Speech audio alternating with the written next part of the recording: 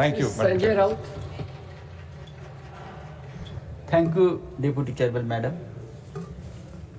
ये जो विधेयक है ये सरकार को लगभग 2.81 लाख करोड़ भारत की कंसोलिडेटेड फंड्स खर्च करने की अनुमति देता है। तो क्या ये पैसा जो है 140 करोड़ लोगों के लिए खर्च होने जा रहा है या और किसी कुछ चुनिंदा लोगों के हिस्से में जा रहा है, उसका हिसाब मांगने का अधिकार ये सदन को है, जनता को भी है। ये तो चर्चा है, पूरी चर्चा एलपीजी गैस के शॉर्टेज के इर्द गिर्द की घूमी रही और ये बहुत चिंता का विषय, गंभीर विषय है। मैडम बार बार वहाँ से कहते कि सब कुछ ठीक है, गैस की कोई शॉर्टेज नहीं है, लेकिन बाहर जाकर आप देखिए क्या परिस्थिति है। अगर आपको देखना है तो आप काशी में जाइए। ईरान तो जाएंगे, आपको भी जाना पड़ेगा एक दिन। ईरान की मेहरबानी से तो आपके 2 जहाज छूटे हैं, ये भूलो मत। काशी में 35 साल से चल रही अन्नपूर्णा मां मंदिर की रसोई बंद हो गई है।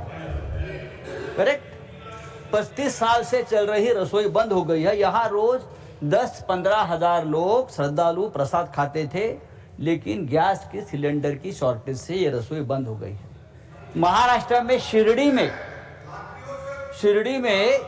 में प्रसाद के 2 लड्डू देते थे, अब सिलेंडर नहीं है तो 1 लड्डू देने लगे हैं और जो प्रसाद की थाली है वो भी उसमें कटौती की है। मुंबई में दर दिन 20 लाख वड़ा पाव बिकते थे, लगभग 20 लाख वड़ा पाव ठेले पे बिकते थे। अब गैस की किल्लत की वजह से 5 लाख वड़ा पाव बिकने लगे हैं, क्योंकि बहुत से ठेले, ये रोजगार का विषय है मैडम। हर ठेले से मंथली वो ठेले वाले 10,000, 15,000, 20,000 कमा लेते थे। और बात ऐसे, देश में गैस का भीषण संकट चल रहा है, लोग चिंता में है, लेकिन देश के प्रधानमंत्री चुनाव रैली में बिजी है। वो इस वक्त दिल्ली में चाहिए थे, ऑल पार्टी के साथ मीटिंग करनी चाहिए थी। सर, देश की अर्थव्यवस्था की बात अगर हम करते हैं तो हम हमेशा कहते हैं कि देश की अर्थव्यवस्था अब सुपर पावर बनने जा रही है। चीन और अमेरिका के बाद सुपर पावर हम बनेंगे, लेकिन चीन और अमेरिका की जनता इस वक्त एलपीजी सिलेंडर के कतार में खड़ी नहीं है, भारत की जनता खड़ी है। भारत की जनता खड़ी है। भारत का रुपया लगातार कमजोर हो रहा है, महंगाई बढ़ रही है, युवाओं को रोजगार नहीं मिल रहा है, किसानों की हालत गंभीर है।